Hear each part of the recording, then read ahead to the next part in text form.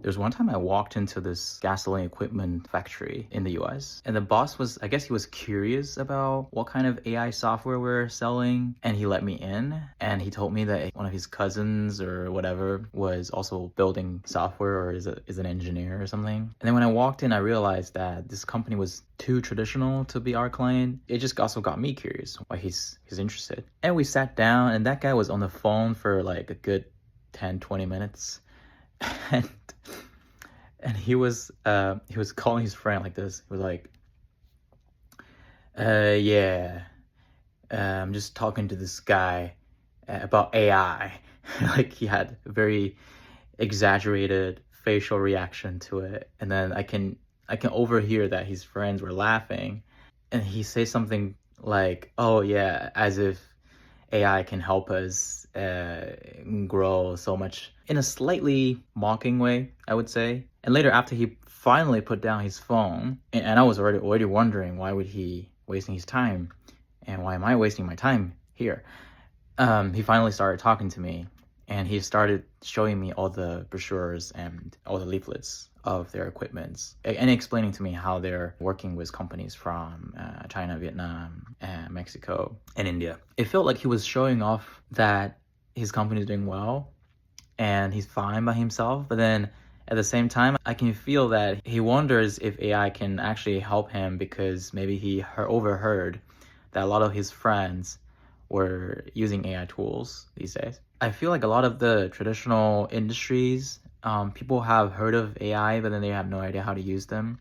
But they kept hearing it, and then their friends are talking about it. And when they turn on their social media, they just see these content. So it's more about FOMO than about they actually understand. But one thing that I do see common among them is that most of these traditional businesses, when they do these international supply chain related businesses, and most of the time they have to, because if they're based in the US, there are not a lot of local manufacturing that builds everything. They have to import from Asia, especially from China and Vietnam, and these days Indonesia and Thailand as well. The ways they do things are still quite manual. Like they use Excel sheets, they use phone calls, they only trust their friends, they don't trust anybody else. Especially for smaller companies, they probably don't use a CRM tool, they're using their own workflow, but they are trying to understand where the world is going. But my gut feeling is that if you are selling as a supplier to American or European market, or you are a software builder trying to sell into this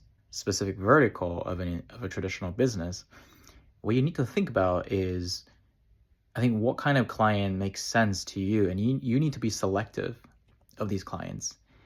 If you feel like they're wasting your time and you're wasting their time, and they just want you because of FOMO, that's probably a hard no, but that's probably a funny story you can remember to tell your friends, or like me right now, sharing this on videos on social media. But yeah, I feel like for new technologies to be adopted by most traditional industries is still going to take some time. And right now, people are at the stage where like everybody was learning what data analytics means back then, maybe 10 years ago. And people were talking about big data and data science, but nobody understand what that means. But now look at us, like we have data lakes, we have AWS, empowering all the data models, and machine learning is already an outdated term. People now talk about AI, and all those machine learning models are now just plugged into the system. And things will change. It's just that the adoption takes time. You want to understand what makes most sense for you at this current stage.